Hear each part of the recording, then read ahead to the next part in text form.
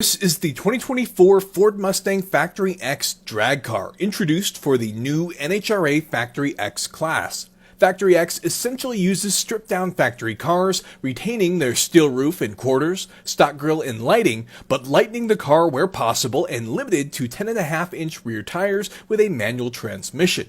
The Ford Performance Mustang features a 3-liter Whipple supercharged 5.35-liter Coyote V8, producing upwards of 1,500 horsepower, paired with a Liberty 5-speed manual transmission, running the quarter mile in about 7 seconds at over 200 miles per hour.